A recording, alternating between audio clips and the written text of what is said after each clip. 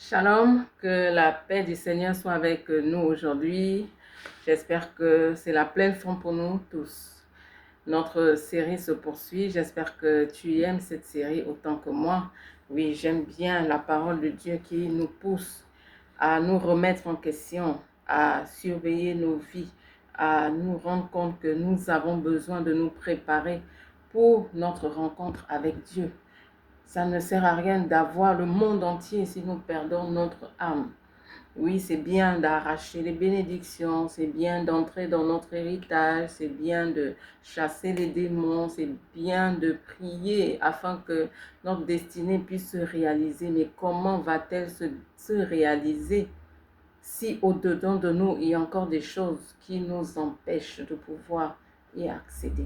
Si encore en nous des choses qui vont venir plutôt voler ou avaler tout ce que Dieu va nous donner, s'il y a encore en nous ces choses-là qui sont des obstacles à l'intervention de Dieu dans nos vies, ça ne sert à rien. On va alors prier, jeûner, lier, faire tout ce qu'il faut et au bout de la route, qu'est-ce qui se passe? Tout est détruit par ce qu'il y a en nous. Tout est détruit par un caractère, par un comportement, par une attitude, par une habitude que nous n'avons pas réglée, que Dieu n'aime pas, qui est encore en nous et que nous n'avons pas encore extirpé de nos vies. C'est important que nous puissions ressembler à Jésus et à lui seul. Aujourd'hui, nous allons voir la négligence. Je te le dis encore, si tu as raté les autres vidéo de la série, va écouter, tu seras béni, tu seras transformé par cette série-là. Va suivre, écouter. Aujourd'hui, nous voyons la négligence. Ouvre avec moi ta Bible dans Josué chapitre 18. La négligence. Qu'est-ce qui nous est dit à partir du verset 1? Toute la communauté des Israélites s'assembla à Silo. Ils y placèrent la tente de la rencontre. Le pays était soumis devant eux. Il restait 7 tribus des Israélites qui n'avaient pas encore reçu leur part d'héritage. 7 tribus. Josué dit aux Israélites, « Jusqu'à quand négligerez-vous de prendre possession du pays que l'Éternel, le Dieu de vos pères, vous a donné? » Dieu avait promis à Israël la terre promise. Dieu avait déjà prévu de faire entrer Israël dans le pays de Canaan, de chasser les Cananéens, de chasser tous les peuples qui étaient là païens et de faire habiter Israël à Canaan. Ils avaient déjà traversé une bonne partie du désert avec Moïse. Ils ont traversé le Jourdain avec Josué. Ils avaient déjà conquis même déjà des royaumes, même des territoires. Mais ils arrivent en deçà du Jourdain, ils s'arrêtent. Les uns ont pris leur héritage, là, 7 autres. Sur 12 tribus d'Israël, 7 restaient encore et qui n'avaient pas encore pris leur héritage. Jusqu'à 7 sur 12.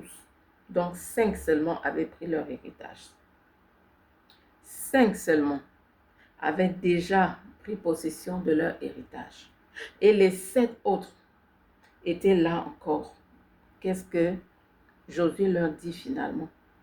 Jusqu'à quand négligerez-vous de prendre possession du pays que l'Éternel a promis de vous donner? Jusqu'à quand négligerez-vous? Est-ce que, bien-aimé, aujourd'hui, la négligence fait en sorte que tu n'entres pas encore en possession de l'héritage que Dieu a prévu pour toi? C'est-à-dire que tu as des dons, c'est-à-dire que tu as des talents, tu as un potentiel, mais tu n'exploites pas. Dieu avait prévu que toutes ces tribus-là, les 12, entrent dans leur héritage, puissent posséder, comme on dit, leur possession, puissent avoir cette bénédiction-là qu'il avait pour eux. Mais est-ce que c'est ce qui s'est fait? Est-ce que c'est ce qui s'est produit? Voilà les 12 tribus qui arrivent, 5 prennent leur héritage, les 7 autres sont là à se tourner les pouces. Si vous lisez la suite de ce chapitre 18, vous allez voir qu'il a fallu maintenant que Josué désigne 3 personnes par tribu, donc ça fait sur les 7 tribus, 3 personnes par tribu, et qui les envoie prospecter et qui les envoie prendre les informations par rapport au territoire qui restait avant maintenant de tirer au sort et de donner à chacun sa part. Mais pourquoi ces 7 tribus étaient là et ne prenaient pas leur héritage? Pourquoi les 7 tribus n'entraient pas dans leur possession? Pourtant, le pays leur était soumis. Pourtant, Dieu avait déjà dit, ça c'est à vous, je vous les donne. Pourtant, ils avaient déjà, comme je l'ai dit, vaincu des rois, vaincu des royaumes avant. Ils savaient que quand ils arrivaient quelque part, c'était la crainte qui environnait tous les peuples alentours, parce que les gens avaient peur. Ils se disaient, ce peuple-ci qui est sorti d'Égypte, comme il est sorti là, vous avez vu les 10 plaies qui sont tombées en Égypte, on ne veut pas de ça. Ce peuple est trop puissant, ils ont un Dieu trop puissant. Les gens avaient peur d'Israël. Ils le savaient, mais ils étaient là assis. Ils n'entraient pas en possession. Au lieu de profiter de cet avantage-là pour dire nous allons entrer, nous allons prendre possession, ils étaient plutôt là à se tourner les pouces. À se tourner les pouces alors qu'ils étaient presque arrivés dans leur territoire. Ils étaient là. Ils avaient déjà traversé tout le désert après l'Égypte, traversé le Jourdain. Miraculeusement, le Jourdain s'était fendu en deux de la même manière que la mer Rouge. Les voilà qui viennent maintenant et qui s'arrêtent. Qui s'arrêtent. Il a fallu que Josué tape du poing sur la table, dise non. Jusqu'à quand? Jusqu'à quand? Dieu vous a déjà donné. Bien-aimé, as-tu besoin aujourd'hui qu'on te dise jusqu'à quand? Jusqu'à quand négligeras-tu de mettre en valeur les talents que Dieu a mis en toi? Jusqu'à quand négligeras-tu de mettre en valeur ce potentiel que Dieu a mis en toi? Quel est ce potentiel-là que Dieu a mis en toi et qui doit se manifester, mais toi, tu ne l'exerces pas encore? Jusqu'à quand vas-tu négliger tous ces dons-là que Dieu a mis en toi? Dieu n'a placé personne sur cette terre au hasard. Je le dirai et je le redirai pour que toi qui m'écoutes, que tu comprennes que tu es important sur cette terre et que tu te lèves. Tant que tu ne te lèves pas, ce n'est pas Dieu qui va venir du ciel pour te dire, viens, voici ton héritage, prends. Est-ce que Dieu est descendu pour encore dire à Israël, à ces 7 tribus-là, venez, je vais vous conduire vers Canaan? Non, Dieu avait déjà donné la parole. Dieu avait déjà dit, c'est à vous, je vous donne ce territoire-là. Tout ce territoire de Canaan-là où habitaient les païens, Dieu avait déjà dit, c'est à vous. Il fallait simplement, il suffisait tout simplement que ces 7 tribus-là aillent maintenant conquérir. Que ces 7 tribus aillent seulement prospecter et revenir, qu'on tire au sort et qu'on donne à chacun sa part, qu'ils aillent maintenant combattre des païens, sachant que Dieu était avec eux pour leur donner la victoire et leur donner le territoire promis. Il ne suffisait que de ça. Mais les 7 tribus étaient là à se tourner les pouces. Les 7 tribus étaient là à se tourner les pouces. Donc le problème, ce n'est pas au niveau de Dieu. Dieu a déjà dit, Dieu a déjà donné. Le problème n'était pas au niveau de l'héritage. L'héritage était là. Mais le problème, ce qui empêchait ces 7 tribus de posséder, c'était la négligence. La négligence. N'oublie pas que quand on parle de négligence, c'est pas très loin de la paresse. La paresse, parfois c'est la dépression qui apporte tout cela, le découragement qui apporte tout cela. Après on commence à se tourner les pouces, on n'a plus envie de rien faire, on est découragé, on est déprimé, voilà la paresse maintenant qui s'installe, on n'a plus envie de rien faire, alors qu'on a du potentiel enfoui, alors qu'on a des dons enfouis, alors qu'on a des talents qui sont là mais endormis. Jusqu'à quand négligeras-tu de te lever? Jusqu'à quand négligeras-tu de posséder ton héritage, de posséder ce que Dieu a prévu pour toi? Jusqu'à quand négligeras-tu cela? Jusqu'à quand? Ne laisse pas que la procrastination, parce que la négligence apporte aussi cela, la procrastination, c'est-à-dire toujours en train de te dire demain, après-demain, bon, pas maintenant, plus tard, bon, quand j'aurai le temps, oh, quand il y aura une opportunité, quand ceci, quand cela, toujours en train de remettre, toujours en train de remettre. J'ai même fait une vidéo sur ça, la procrastination. Ça vient, tout ça, c'est un package. Négligence, paresse, procrastination, dépression, tout ça, ça c'est englobé, ça vient ensemble. Tu es là, négligent. Les dons sont là, les talents sont là. Une des prières que je fais, c'est Seigneur, que le jour où je vais fermer mes yeux sur cette terre, que j'ai accompli ma mission. Que la négligence ne t'empêche pas, bien-aimé, toi qui m'écoutes, de faire ce que Dieu a prévu que tu fasses sur cette terre. Tu n'es pas là au hasard. Tu n'es pas là au hasard. Dieu ne t'a pas placé ici pour rien. Dieu ne t'a pas placé sur cette terre pour rien. Donc, quand tu te lèves, dis-toi déjà, j'ai une mission à accomplir. Donc, pourquoi vais-je être négligente? Pourquoi? J'ai une mission à accomplir. Je suis sur terre parce que j'ai une mission à accomplir. J'ai une mission à réaliser. Dieu compte sur moi.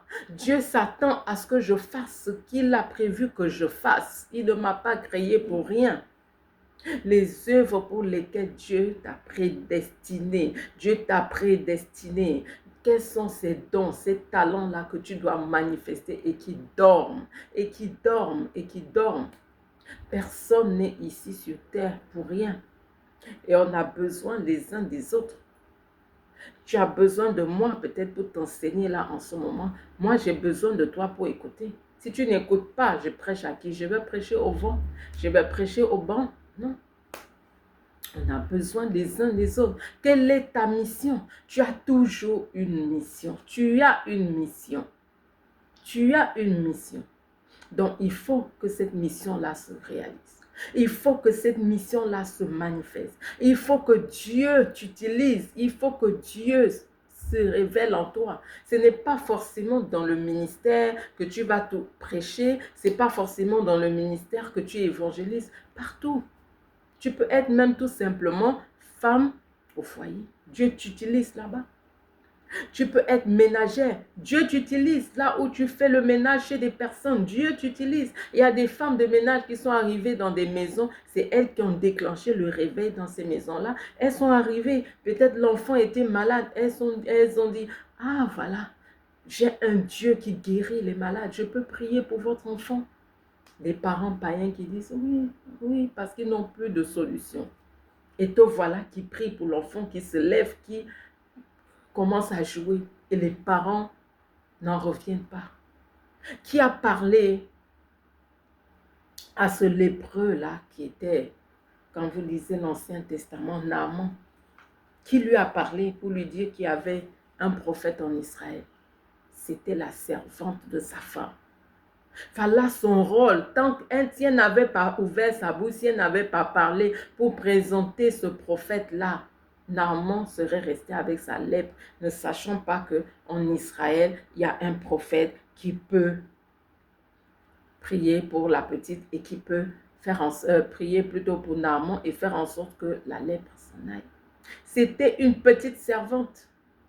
Donc ne te sous-estime pas, donc ne te dis pas que bon, je suis juste là pour accompagner les autres, je suis juste là comme ça sur terre, je ne sais même pas ce que je vais faire. Non, que la négligence ne vienne pas voler tes années de vie.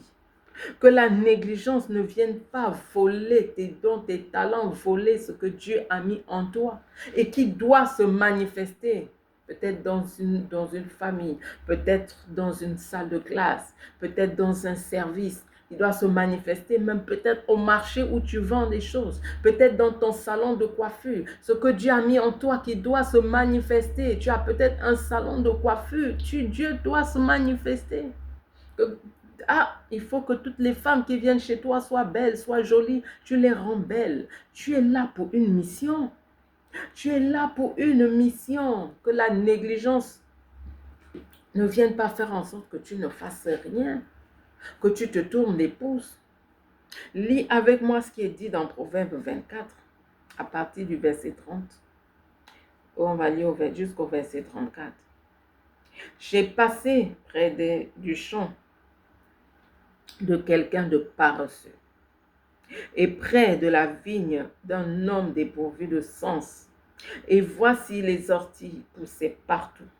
Les mauvaises herbes en couvraient la surface. Et son mur de pierre était abattu. J'ai regardé d'un cœur attentif. J'ai vu.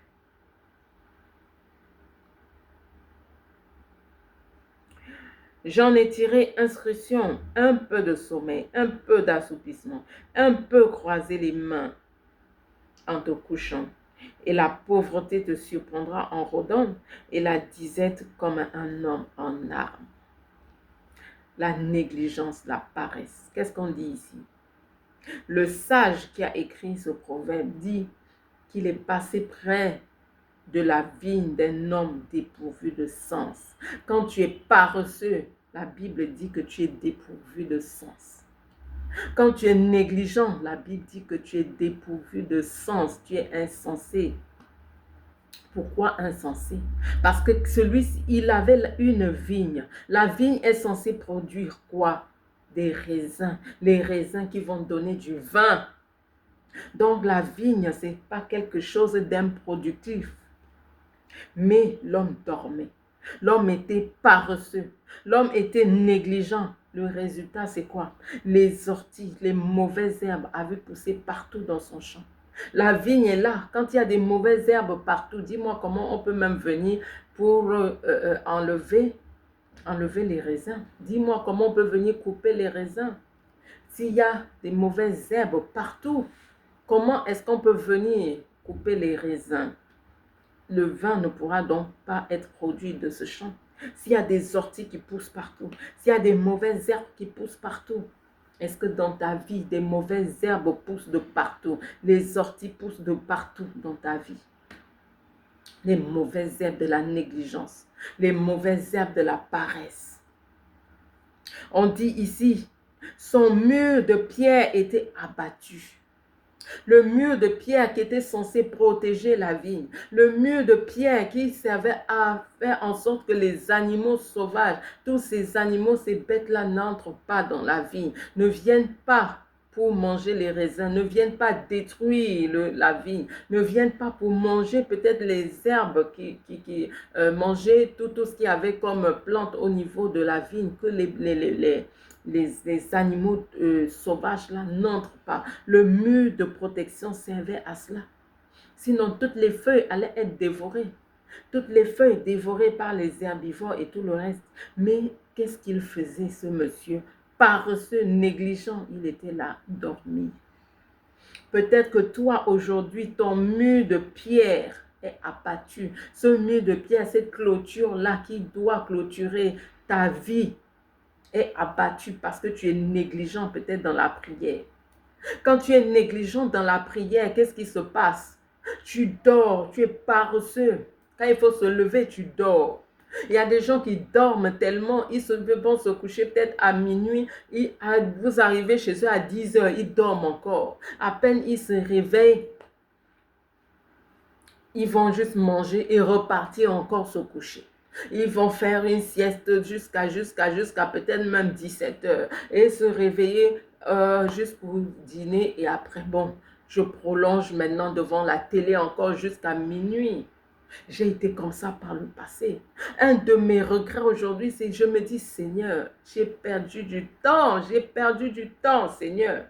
Heureusement, Seigneur, tu es le Dieu qui restaure les années que les sauterelles ont dévorées. C'est pour ça qu'aujourd'hui, vous me voyez, mais je cours à 1000 à l'heure. Parce que j'ai dit, j'ai perdu trop de temps dans la négligence. J'ai perdu du temps à dormir, Je ne pouvais pas me réveiller peut-être avant 8 heures. Vous n'allez pas me trouver réveillée. J'aimais le sommeil. Je dormais.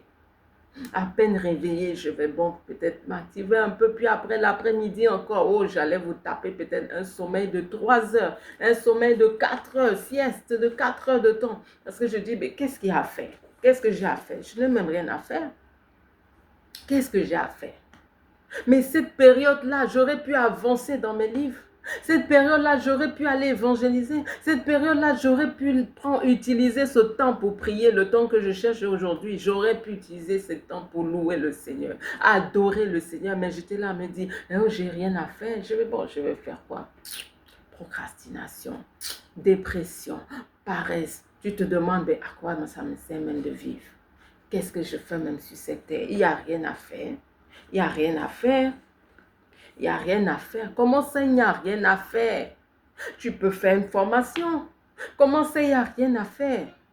Prie que Dieu te montre. Il y a tellement de choses à faire, tellement de choses à faire dans ce que Dieu t'a dit de faire. Dans ce pourquoi il t'a prédestiné, il y a des choses à faire, mon bien-aimé. Il suffit que tu t'asseyes dans la prière, dans la présence de Dieu. Seigneur, montre-moi. Seigneur, guide-moi. Seigneur, que ton plan parfait se réalise dans ma vie. Seigneur, je veux accomplir ton plan. Toi-même, tu seras étonné. Toi-même, tu seras surpris. Quand il va te guider, ouvrir les portes, tu vas te dire, ah bon, il y avait tout ça à faire et je ne voyais pas. J'avais ce don et je ne savais pas. J'avais ce talent et je ne savais pas. Et je l'ai tout fait, je l'ai tout fait, je l'ai tout fait. Non. J'aimais le sommeil, que tu ne sois pas aujourd'hui comme moi. Si tu es dans ça, sors comme moi je suis sortie. Sors de là afin que ta destinée se réalise, afin que le plan de Dieu pour ta vie s'accomplisse. Sors de la négligence. Bien-aimé, si tu m'écoutes et que tu fais partie de ceux qui dorment encore jusqu'à 6 heures, 7 heures, arrête cette habitude. Arrête cette habitude, dès aujourd'hui, là, tu m'écoutes, arrête cette habitude.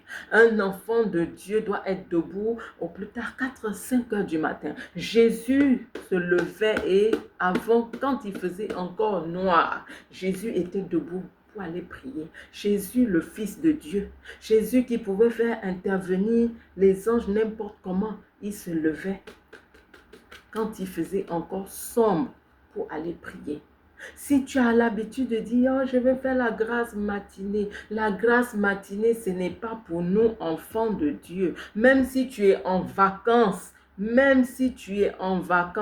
lève-toi 4 heures, au plus tard 5 heures. David réveillait l'aurore. Et on a vu qu'il allait de succès en succès dans sa vie. De succès en succès, de victoire en victoire. Tu vas avoir quelle victoire quand tu te réveilles à 8 heures du matin, à 10 heures du matin, quelle victoire. Quand les autres travaillent toute la nuit, sèment des choses dans ta vie, le matin tu te réveilles à 10 heures. Moi je vais te dire une chose, quand tu te réveilles à 10 heures, 8 heures, entre 8 heures, 9 heures, 10 heures, toi-même tu remarques que tu es lourd,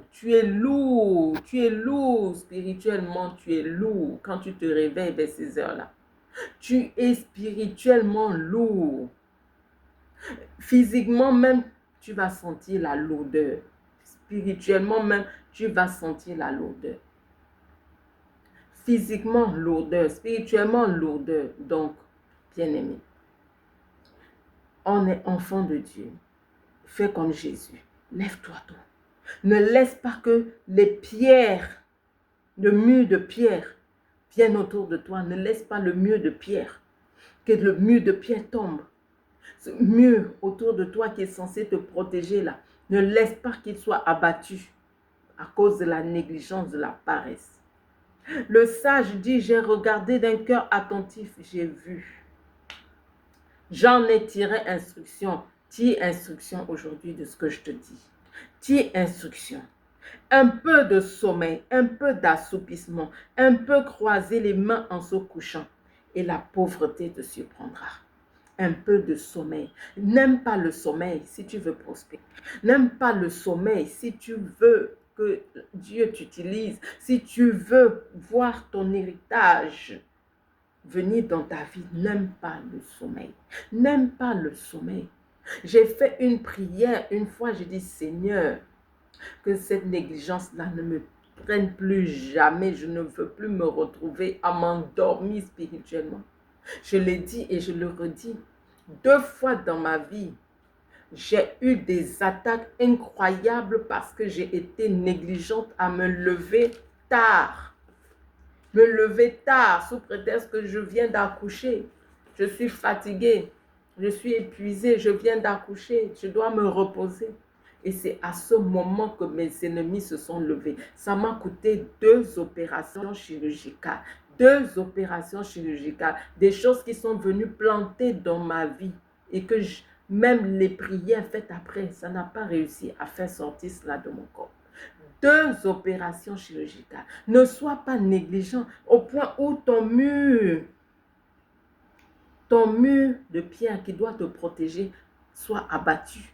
Et que tes ennemis en profitent pour entrer dans ta vie. J'ai parlé tout à l'heure d'animaux sauvages. Les animaux sauvages, les démons, les sorciers, venir dans ta vie parce que tu es négligent, tu ne pries plus.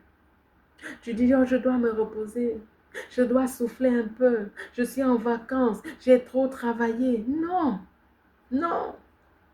Quand tu as pris maintenant l'habitude de te lever tôt, 4, 5 heures, tu es debout, tu détruis tout ce qu'ils ont fait, tu pries, tu es dans la présence de Dieu, tu adores Dieu, tu l'élèves, tu vas voir ta vie vraiment aller de l'avant. Parce que là, ils n'auront plus accès. Chaque fois qu'ils viennent, ils voient le mur de pierre n'est pas tombé. Chaque fois qu'ils viennent, il y a toujours la mur de protection. Chaque fois qu'ils viennent, il y a toujours le mur de protection. Mais je vais passer par où? La protection est toujours là. On va passer par où? Il n'y a pas d'accès. Il n'y a pas d'accès. Il n'y a pas d'accès. Même si tu es en vacances, lève-toi tôt. Même si tu as dormi à minuit, tu as dormi à 1 heure. 4, 5 heures, lève-toi, quitte à te rendormir l'après-midi si tu le veux, te reposer un peu. Mais 4, 5 heures avant l'aurore, tu es debout. Avant l'aurore, tu es debout. Ne sois pas négligent. Sinon, c'est la pauvreté qui va te trouver. Sinon, c'est quoi? La disette. Tu vas te retrouver avec toutes sortes de problèmes. Toutes sortes de problèmes qui vont te surprendre.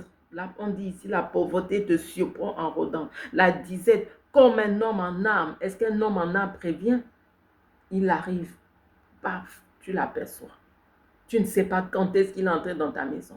Donc, ne sois pas là et tu te retrouves, paf, une maladie sévère. Tu ne sais pas comment c'est entré dans ta vie. Tu ne sais même plus comment la faire sortir parce que tu es déjà totalement mort spirituellement, faible spirituellement, que tu ne sais même plus comment il faut faire pour extraire ça de ton corps. Ils ont tout introduit. Ils ont fait en sorte que tu sois maintenant powerless. Tu n'as plus de puissance. Tu te retrouves, tu ne sais plus. Comment je fais? Sang de Jésus. Bon, je ne sais même pas comment il faut prier. Tu es lourd. Ou même si tu veux prier, tu commences à bâiller. Tu lis la Bible, tu ne peux pas prier. Et la maladie progresse. Et la maladie progresse. Et la maladie progresse. Non. Que tu ne sois pas surpris par tes ennemis parce que tu as dormi, parce que tu étais négligent. Tu dois entrer dans ton héritage. Tu dois posséder ta possession. Tu dois posséder ta possession. Plus loin, au chapitre 26, il nous est dit, c'est quel verset? Verset 13 à 16. Le paresseux dit, il y a le lionceau sur le chemin. Il y a un lion dans les rues. La porte tourne sur les gonds et le paresseux sur son lit. On revient sur le sommeil. La négligence te poussera toujours à être sur le lit. Oh, je tourne encore. Oh, je tourne. Comme la porte tourne. On dit comme la porte tourne sur les gonds. Vous savez comment la porte tourne sur les gonds, non? Voilà alors le paresseux qui tourne. Oh, à gauche. Il fait un cauchemar. Au lieu même de se lever, prier. Oh, je me tourne encore à droite. Un autre cauchemar. Bon, je me tourne. Bon, je me couche maintenant sur le ventre. Un autre cauchemar. Oh, bon, je me couche maintenant sur le dos. Un autre cauchemar. Oh, et c'est comme ça toute la nuit. Non, non, non, non. Et on est là, on remplit ta vie de problèmes, de difficultés, on remplit ta vie de toutes sortes de choses. Comment vas-tu entrer dans ton héritage? Comment? La négligence, la négligence. Celui-ci dit, le paresseux, il y a un lionceau sur le chemin, il y a un lion dans la rue. Un lionceau là, c'est quoi? Vous dites, ah bon, il y a des difficultés, hein? Il y a l'inflation, hein? Il y a les problèmes dehors, donc je ne peux pas sortir, je ne peux pas aller. Comme la porte tourne sur les gonds, le paresseux tourne sur le lit. Le paresseux plonge sa main dans le plat et il trouve fatigant de la ramener à sa bouche. Oui, le paresseux n'arrive même pas à manger. Le paresseux trouve même que, même manger, il met la cuillère dans l'assiette.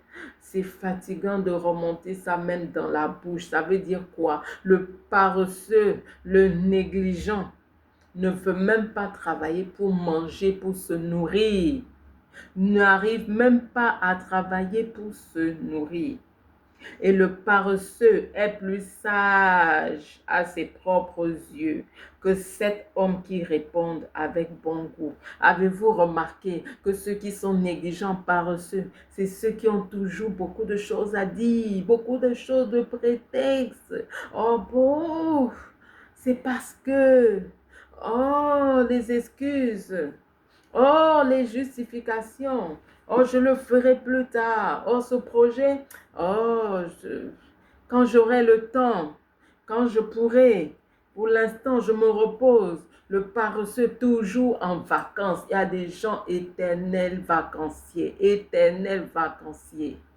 Éternel vacancier, quand vas-tu t'asseoir pour écrire ces livres-là que Dieu t'a dit d'écrire? Quand vas-tu t'asseoir pour mettre ces projets-là à plat? Quand vas-tu t'asseoir pour faire ce que Dieu t'a demandé de faire? Mais toujours des excuses. On dit qu'il est plus sage à ses propres yeux que cet homme qui répond avec bon goût. Ne te retrouve pas avec la fatigue. Le lionceau qui est dans la rue, il trouve qu'il y a un lionceau, qu'il y a un problème apparent, qu'il y a toujours une difficulté. Oh, ce pays est dur. Oh, il faut que je change de pays. Ce pays est trop dur. Non. Isaac est allé semer où il y avait la famine, où il y avait la sécheresse. Dieu a fait pousser ses plantations. Dieu a fait prospérer ce que Isaac a fait. Pourquoi? Parce que la main de Dieu était sur lui. Quelle que soit la difficulté du pays où tu te trouves, tu es en Afrique, ne dis pas, oh, je suis en Afrique, les choses ne marchent pas, ici il y a trop de difficultés, ici il y a trop de problèmes. Non, non, non, non. Tu es là où Dieu t'a placé, il te fera prospérer comme il a fait prospérer Isaac. Parce que tu es où il t'a placé. S'il y a l'inflation tout autour, l'inflation ne te touchera pas parce que c'est Dieu qui t'a placé là. Et Dieu se doit de te nourrir parce que tu es son enfant et que tu fais ce qu'il veut que tu fasses. Tu marches dans la sanctification. Tu lui obéis. Tu lui plais. Tu es comme son ami. Tu es Abraham. Regarde comment Dieu bénissait Abraham parce qu'Abraham était son ami. On dit que les biens d'Abraham, quand il s'est retrouvé avec son neveu Lot, ils étaient incapables de vivre côte à côte. Tellement les biens étaient là, les troupeaux ne pouvaient pas vivre côte à côte. Tellement il y avait des possessions. Dieu était avec lui. Veux-tu avoir tellement de possessions que tu ne sais même plus où en mettre? Fais la volonté de Dieu. Marche comme Dieu veut que tu marches. La sanctification, veille à cela. Et veille à extirper de ta vie tout ce qui ne plaît pas à Dieu. Tout ce qui vient maintenant pour voler ton Canaan, pour voler ta terre promise. Cette terre où découle le lait et le miel. Si c'est la négligence, comme on le voit aujourd'hui, si c'est ce qu'on a vu par le passé, la colère, si c'est le mensonge, si c'est la cupidité, comme on a vu par le passé, enlève toutes ces choses-là de ta vie afin que le plan de Dieu pour toi s'accomplisse. Alléluia. J'espère que tu as été béni par cette exhortation aujourd'hui. Bénis d'autres personnes en partageant, en partageant. Ainsi, tu me permets d'atteindre plus de monde et d'accomplir ma mission sur cette terre, c'est de toucher le maximum et de préparer un peuple à rencontrer son Dieu. Préparer un peuple à accomplir sa destinée ici-bas. Préparer un peuple à entrer pleinement dans le plan de Dieu. Entrer pleinement dans ce que Dieu veut qu'il fasse. Merci encore de continuer à prier pour moi parce que ce n'est pas une mission aisée, ce n'est pas une mission facile.